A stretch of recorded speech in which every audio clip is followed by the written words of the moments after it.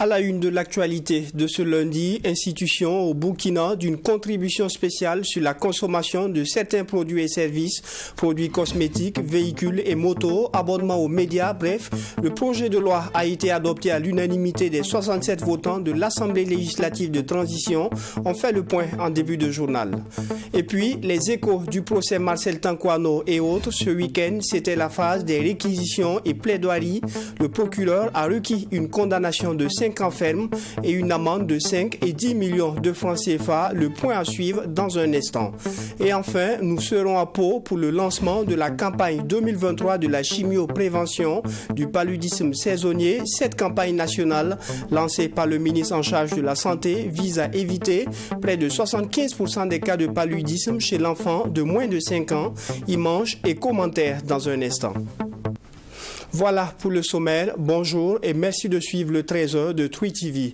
Nous démarrons ce journal avec le remaniement ministériel lu sur les antennes de la télévision nationale ce dimanche nuit par le secrétaire général du gouvernement. 4 nouveaux ministres font leur entrée dans le gouvernement. Ainsi, au niveau du ministère de l'administration territoriale, de la décentralisation et de la sécurité, le colonel Boukari Zungrana cède son fauteuil à Émile Zerbo, un magistrat qui était jusque-là procureur près le tribunal de grande instance Ouagadougou. À la tête du ministère de la Justice, Bibata Nebié est remplacé par Maître Rodrigue Bayala, qui est avocat de profession. Au ministère de l'Agriculture, le docteur Denis Ouedraogo est remplacé par l'officier Ismaël Sombier, qui était jusque-là directeur général de la Société nationale de gestion des stocks de sécurité alimentaire SONAGES. Et enfin, au niveau du ministère en charge de l'environnement, le docteur Augustin Caboret cède son fauteuil à Roger Barrault, qui était directeur de la préservation de l'environnement. Et dans la suite de ce journal, séance plénière à l'Assemblée législative de transition ce samedi, les députés ont autorisé l'imposition d'une contribution spéciale sur la consommation de certains produits et services. Son adoption vise à régulariser les mesures fiscales prises par l'arrêté du 25 janvier 2023 fixant les taux, les montants et les modalités de collecte de la contribution des citoyens au Fonds de soutien patriotique. Maxime Jean-Eudes Bambara. À travers l'adoption de ce projet de loi, les députés de l'Assemblée législative de transition donnent ainsi le feu vert au gouvernement d'instituer une contribution spéciale sur la consommation de certains produits et services. Il s'agit notamment des boissons, des tabacs, des produits de la parfumerie et du cosmétique, des véhicules et motos, des abonnements aux médias et des cessions de terrains hors zone aménagées. Cette contribution spéciale est constituée des ressources collectées à l'occasion de l'importation, de la vente ou la consommation de ces produits et services. Sa durée, une année renouvelable. Il y avait une question où on demandait est-ce que le gouvernement pense élargir encore à d'autres produits. On a dit que pour le moment, non. Mais au vu des différentes contributions et du bilan qu'on fera chaque année, on pourra voir si c'est nécessaire. Mais en tout cas, on espère qu'on pourra adresser l'terrorisme le plus vite possible pour ne pas avoir à traîner avec ces questions-là.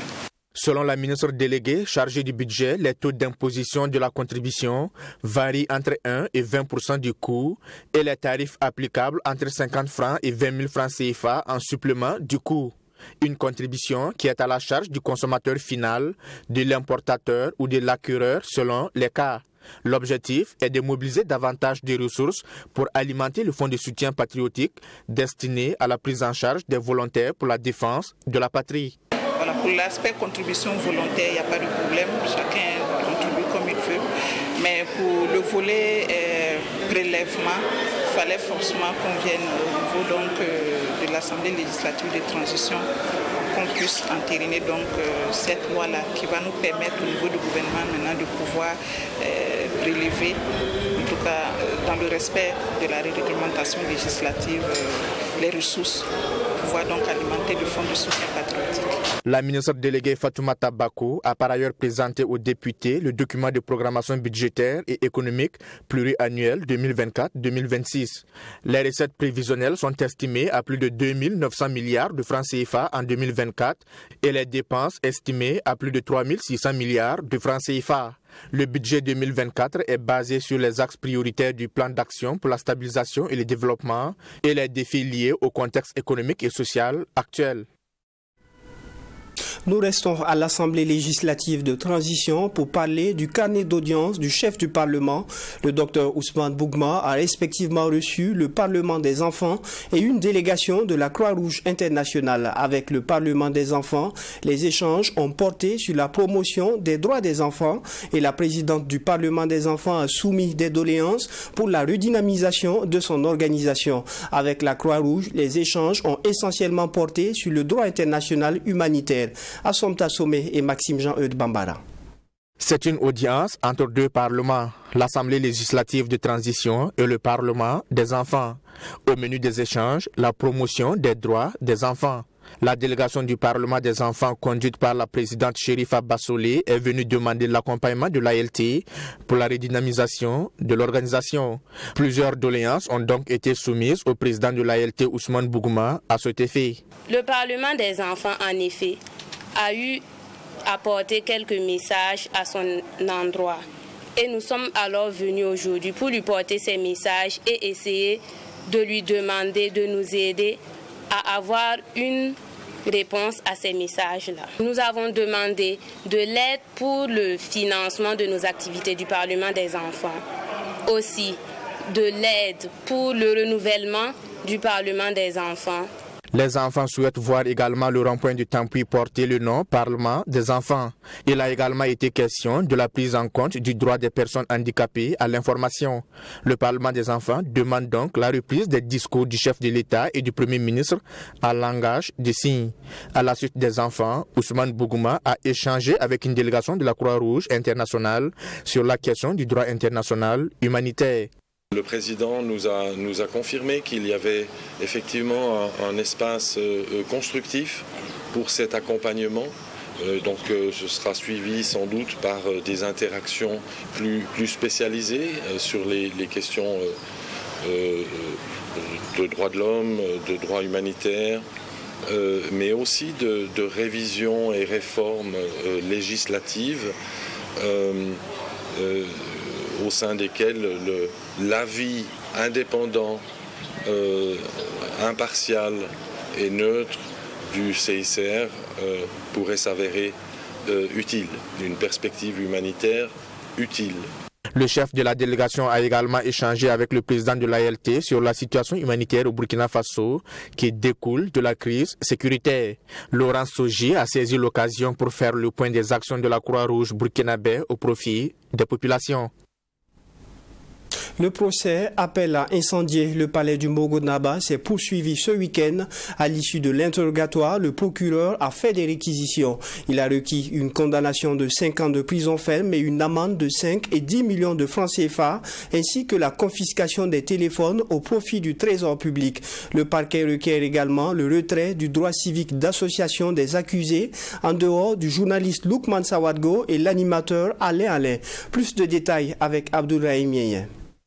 Dans ces réquisitions, le procureur du Faso demande au tribunal de reconnaître Marcel Tankwano coupable des faits d'incitation à la diffusion de fausses informations, incitation à la dégradation de biens privés, provocation à un attroupement et mise en danger de la personne d'autrui.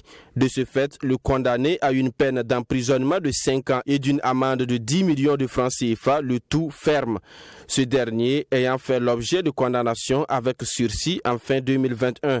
Il requiert 6 mois de prison ferme à l'endroit de Suleiman Belem, auteur d'un audio invitant à un attroupement. Pour les autres accusés, le procureur requiert 5 ans de prison et une amende de 5 millions de francs CFA, le tout ferme. Les avocats de la défense ont dans leur plaidoirie demandé la relaxe de tous les clients pour infraction non constituée. Pour ce qui concerne l'accusé principal Marcel Tankwano, les avocats estiment qu'aucune preuve matérielle ne prouve qu'il a pu faire les audios incendiaires. Nécessaire, ça veut dire toutes les conditions à réunir pour la caractérisation de l'infraction, simplement pour qu'on puisse dire que ce qui est reproché à nos clients sont fondés, n'ont pas été démontrés par le procureur et les éléments apportés par le procureur n'étaient pas suffisants à à pouvoir caractériser les infractions. C'est la raison pour laquelle nous avons demandé au juge de rejeter les moyens du procureur parce qu'ils ne sont pas fondés. Deuxièmement, les avocats estiment qu'il n'existe pas de procès verbal de saisie des téléphones des prévenus. Par conséquent, les téléphones ont été arrachés. Mieux, les données à caractère personnel contenues dans les téléphones de la plupart des prévenus ne peuvent être à la base de poursuites judiciaires car selon les avocats, les normes communautaires n'ont pas été respectées. Ce qu'ils ont exprimé dans leur message privé qu'ils échangeaient avec d'autres personnes, voilà, ce sont des échanges privés. Maintenant, si on met ça à la place publique, en quelque sorte, on s'attaque à leur opinion. C'est une opinion qu'ils ont exprimée. Voilà, c'est leur souhait. Eux, ils disent que, en tout cas, ils expriment leur pensée. Selon notre dispositif pénal, selon nos textes, en tout cas en vigueur, il n'y a aucun texte qui doit, en tout cas, qui permet de condamner une personne sur la base de ses opinions. Les avocats estiment enfin que les messages extraits des téléphones des prévenus qui montreraient une tentative de déstabilisation du pouvoir en place n'a pas de lien avec l'appel à incendier le domicile du Mogo Naba. Pour le parquet, la tentative de déstabilisation est une autre procédure judiciaire en cours, mais les auteurs de ces messages sont complices des audios invitant à incendier le palais du Mogo Naba. Au tribunal d'apprécier les réquisitions du parquet et les moyens de défense des avocats. Le verdict est prévu pour le vendredi 7 juillet 2023. Direction à présent dans le Naouri pour le lancement officiel de la campagne 2023 de chimioprévention du paludisme saisonnier. Partie pour 4 mois, cette campagne qui vise à protéger les enfants du paludisme va concerner ceux de 3 à 59 mois sur toute l'étendue du territoire national. Et c'est le ministre chargé de la Santé, Robert Lucien Kagougou, qui a procédé au lancement de la dite campagne. Yacinthe Sawadgo. C'est donc parti pour la campagne 2023 de la chimioprévention du paludisme saisonnier. Durant 4 mois, et cela jusqu'en octobre, dite période de haute transmission du paludisme chez la population, mais surtout chez les enfants de 3 à 59 mois, les agents distributeurs communautaires passeront de porte à porte pour administrer les médicaments aux enfants. Selon le ministre en charge de la Santé, Dr Robert Lucien Jean-Claude Kagougou, c'est plus de 4 500 000 enfants qui sont pris en charge par son département avec l'appui des partenaires techniques et financiers dans la chimioprévention du paludisme saisonnier. Cette campagne est également couplée au dépistage de la malnutrition. Cette campagne nationale vise à éviter près de 75% des cas de paludisme chez les enfants de moins de 5 ans. Elle permettra également de combler la faible couverture de la prise en charge des malnutris dans les centres de récupération nutritionnelle pendant la période du pic palustre qui coïncide avec celui de la malnutrition. Pour la campagne de 2023, le premier passage qui a commencé depuis hier 22 juin concerne 19 districts sanitaires. Ils seront rejoints un mois plus tard par tous les districts sanitaires du pays à partir du 20 juillet. Le ministère de la Santé s'est fixé un objectif de réduire considérablement le nombre de cas de paludisme au Burkina Faso. Le ministre appelle donc toute la population à ne ménager aucun effort pour l'atteinte des résultats escomptés durant toute la campagne. C'est pour nous l'occasion de lancer un vibrant appel depuis Pau, la capitale du Naouri, dans la région du centre-sud, à l'ensemble de la population pour qu'elle puisse adhérer à cette intervention majeure qui a pour but de réduire de 75% le nombre de cas de paludisme chez ces enfants. Au cours de l'année 2022, plus de 11 millions de cas de paludisme ont été notifiés par les formations sanitaires avec plus de 4 000 décès, dont près de 3 000 sont des enfants de moins de 5 ans. Et c'est à cela que le ministère de la Santé a accordé un intérêt particulier à la protection de cette frange vulnérable. Le festival des cadeaux continue chez Canal+ Burkina qui a procédé vendredi dernier à la remise de l'eau relative à sa promo Festival de cadeaux. 10 abonnés sont repartis chacun avec un abonnement à la formule Tout Canal+. Lancée le 25 mai dernier, cette promo se poursuit jusqu'au 30 juin et plus de 300 gagnants seront récompensés. Amadou Bourema et Wayne Lassida Kabouri. Le festival des cadeaux continue chez Canal+ Burkina. 10 abonnés repartent chacun avec un abonnement de 12 mois à Tout Canal. Le festival des cadeaux est une campagne lancée par Canal+ pour remercier et récompenser la fidélité de tous les abonnés de la société. Selon Koroti Missanou, chargé de communication chez Canal+, à travers ce festival, chaque jour, les 10 premières personnes à s'abonner entre midi et 13h sont récompensées. Durant toute la période du festival, le décodeur Canal+ est vendu à 1000 francs CFA à partir de l'abonnement Évasion Plus. Nous avons lancé cette campagne de festival des cadeaux pour récompenser la fidélité de tous nos abonnés et aussi permettre aux nouveaux abonnés de pouvoir intégrer la grande famille Canal+ en se joignant à nous pour accomplir un acte citoyen. C'est de pouvoir venir en aide aux personnes déplacées internes parce que nous savons tous que c'est un fléau qui sévit actuellement. Canal+ a juste trouvé le créneau pour pouvoir aider et soutenir ces personnes-là. Et pour ça, on a décidé de ne pas faire de bénéfices. On a décidé d'offrir, en réalité, le décodeur il est à 0 francs. Mais on décide de ne même pas prendre de bénéfices et on décide systématiquement de reverser ce montant-là. C'est vraiment pour soutenir au fait les personnes déplacées. Issa Ouedrago est un des heureux gagnants du jour. Il dit avoir effectué son abonnement entre 12h00 et 12h02. Le gagnant de la formule Tout Canal+ pendant un an ne cache pas sa satisfaction et surtout sa reconnaissance envers Canal+ Burkina. Étant amoureux du football, avec cet abonnement, c'est une occasion pour lui de ne rien rater des championnats européens. Je félicite la marque pour cet effort-là. Déjà que à travers la promo, on va penser à nos frères et sœurs qui vivent dans les moments de détresse. C'est déjà une œuvre caritative et permettre à travers ça aussi que nous les abonnés, nous puissions bénéficier de Tout Canal pendant une année. C'est déjà à féliciter. Vraiment, chapeau à Canal+. Lancé depuis le 25 mai 2023, le Festival des cadeaux se poursuit jusqu'au 30 juin 2023. Et selon Koroti Missanou, les 1000 francs CFA du prix du décodeur seront systématiquement reversés à 2 structures caritatives. En musique, certains artistes de la nouvelle génération manquent-ils de subtilité pour aborder certaines thématiques dans leur production musicale? C'est la question que l'on se pose au regard des communiqués récurrents du Conseil supérieur de la communication interdisant la diffusion de certains clips dont les contenus sont souvent jugés obscènes et érotiques.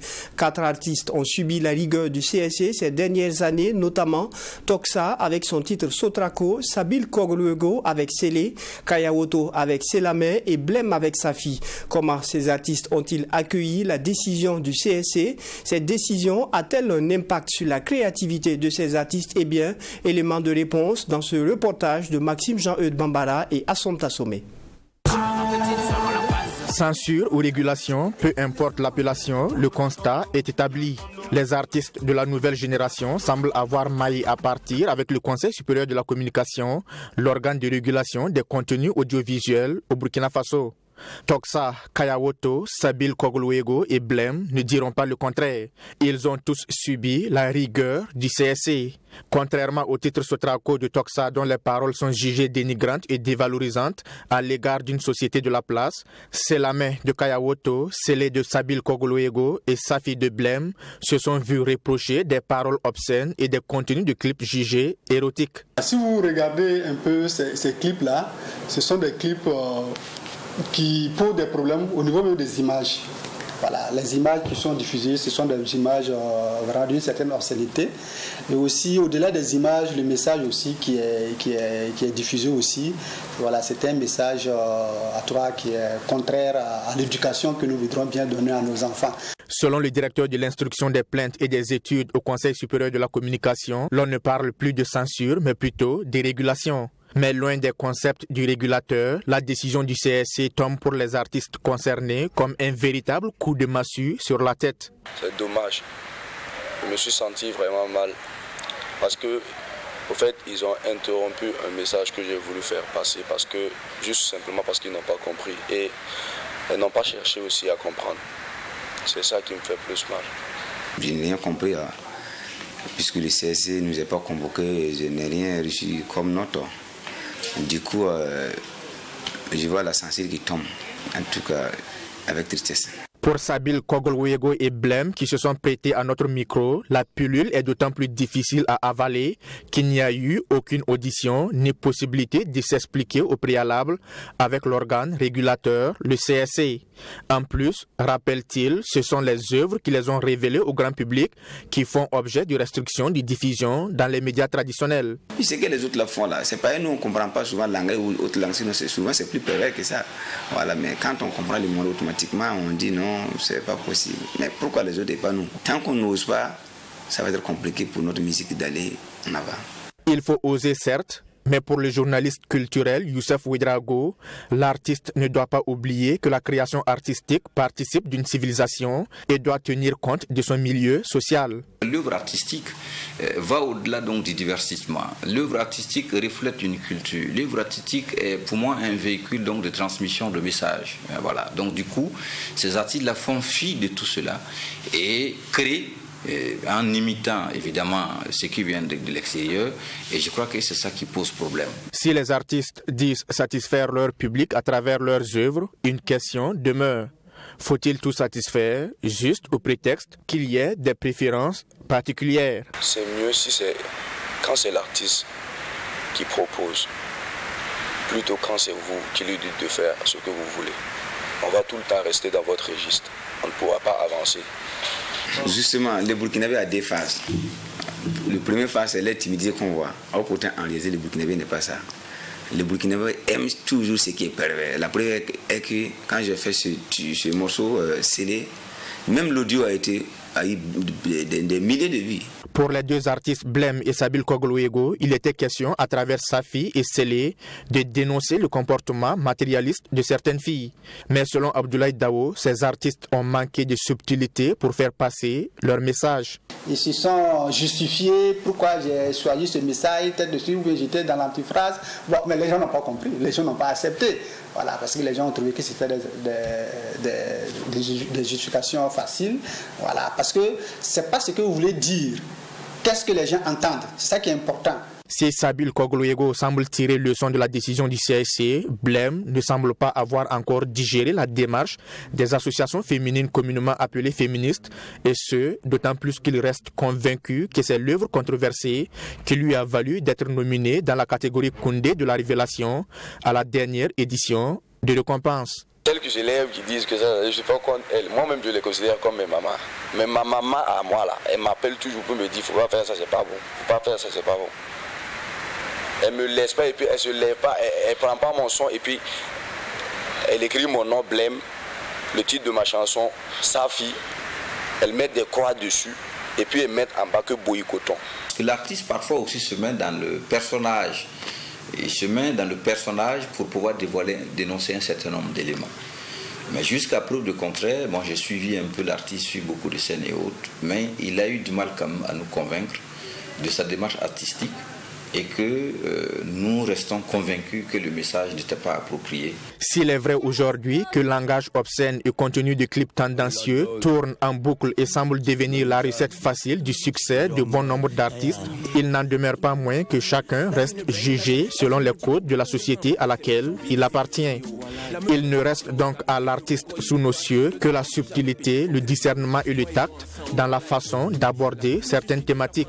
Et pour Youssef Ouedraogo, les artistes de la nouvelle génération ont besoin de formation pour revenir aux fondamentaux de la musique, à savoir avoir un bon message, une bonne rythmique et une bonne mélodie.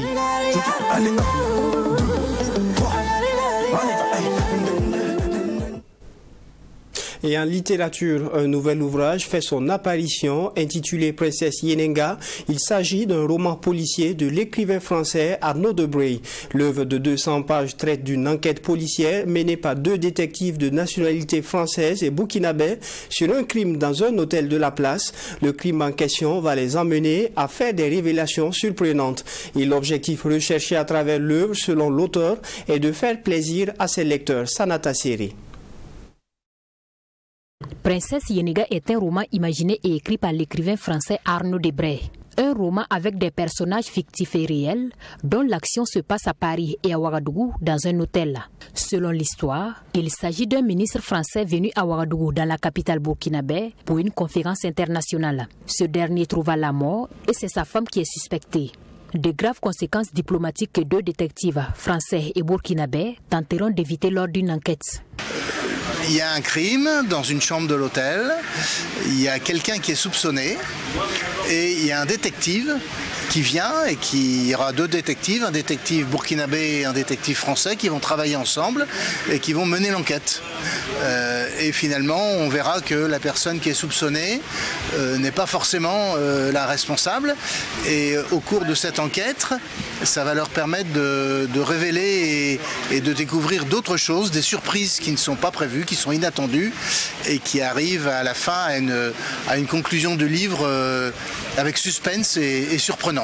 La majeure partie des actions décrites dans ce roman se passe à l'intérieur de l'hôtel Yénéga de Ouagadougou, d'où l'intitulé du roman. Le manager du dit hôtel a saisi l'occasion pour saluer la créativité de l'auteur.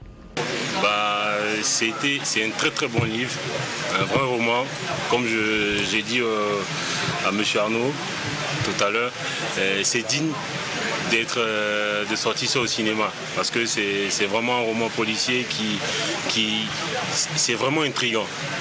Du début jusqu'à la fin du roman, jusqu'à la dernière phrase même du roman, tout est intriguant dans le livre. Et c'est intéressant, vraiment intéressant à lire. Voilà. J'ai pris plaisir, vraiment beaucoup de plaisir à lire ça. Princesse Yénéga est un ouvrage de 22 chapitres, subdivisé en 4 parties. Et du sport pour clore ce journal, la 5e édition du marathon des échangeurs s'est courue ce samedi à Ouagadougou. Le Ghanéen Richard Koweto a bouclé les 42 km en 2h40 minutes 40 secondes. Il s'en sort donc avec le trophée, la médaille d'or et la somme d'1 million de francs CFA. Bessorie John William Somda. Le bobo du Moro Naba pour le Ghanéen Richard Kweti. Le Black Star a en effet dominé la 5e édition du marathon des échangeurs organisé par la télévision privée BF1. Au départ, sur l'esplanade du Palais des Sports de Ouaga 2000, Richard avait en face de lui plus de 300 autres concurrents. À peine le premier kilomètre passé que différents groupes se forment. Dans le premier et qui parvient en tête au niveau de l'échangeur de Ouaga 2000, le Ghanéen est accompagné de 3 de ses compatriotes, dont Malam Yampouti et Raza Lagblé. Avec des foulées bien régulières, les étoiles noires filent et commencent à lâcher leurs poursuivants. Émile Bonkongo, le premier burkinabé, tente de suivre la cadence, mais finit lui aussi par laisser filer les Ghanéens à partir de l'échangeur du Nord, communément appelé celui de Tampuy. À moins de 10 km, Kweti prend de la distance vis-à-vis de ses frères et se lance seul vers la ligne d'arrivée. Il ne sera pas rattrapé et franchit la ligne en solitaire après 2h40 minutes 06 secondes.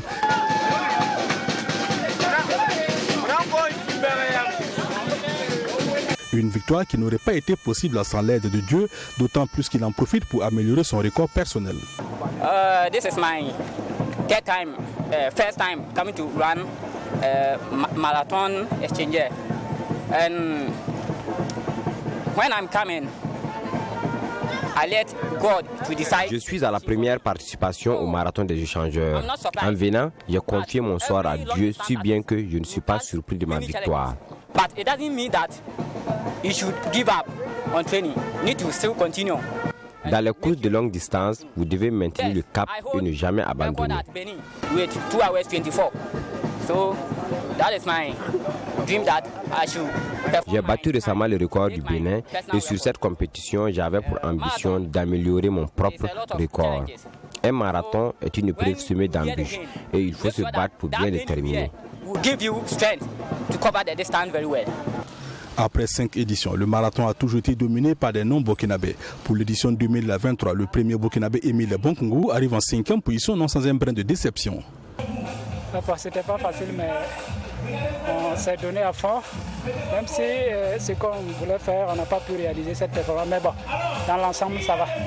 Parce que la course était vraiment dure. Avec le soleil, c'est très difficile. Déception, bon, oui, un peu. Parce que bon, je m'étais fixé des objectifs, mais bon, je n'ai pas pu réaliser ces objectifs-là. Donc, ça fait qu'il y a une petite déception quelque part. Au niveau du podium, Richard Kweti est suivi de Malam Yampouti et de Raza Lagblé. Le Black Star repart chez lui avec le trophée, une médaille, un boubou offert par Sa Majesté le Mogonaba et une enveloppe d'1 million. Pour les organisateurs, c'est un pari réussi, d'autant plus qu'il permet de montrer Ouagadougou dans toutes ses facettes et de prouver que la capitale du pays des hommes intègres vit bien. Vous voyez qu'en une journée, pratiquement, nous sillonnons toute la ville de Ouagadougou. Ce marathon, comme on l'a dit, permet de montrer Ouagadougou en grandeur nature, parce que c'est en direct à la télé, que ce soit les Burkinabés d'ici, les Burkinabés d'ailleurs, ou même des non-Burkinabés, parviennent à voir Ouagadougou dans ce qu'il a de beau, en tant que c'est notre capitale. Au-delà de tout ce qu'on peut dire sur le Burkina en ce moment, on montre aux gens que non, le Burkina est résilient, le Burkina se tient debout, et des activités se mènent au Burkina, et on prend part à des compétitions comme le marathon, et tout se passe bien. Chez les dames, Bertie Djedeko rafle la mise pour la 3e fois en 5 participations. Elle s'entille avec un pagne offert par le Mogonaba, une médaille, le trophée et la somme de 150 000 francs CFA. Il faut dire que divers prix spéciaux ont été décernés à l'occasion de cette 5e édition. Le temps pour les organisateurs de donner rendez-vous aux athlètes pour la 6e édition qui s'annonce d'ores et déjà avec des innovations. Et c'est la fin de ce journal. Merci de l'avoir suivi. Très bon début de semaine à toutes et à tous.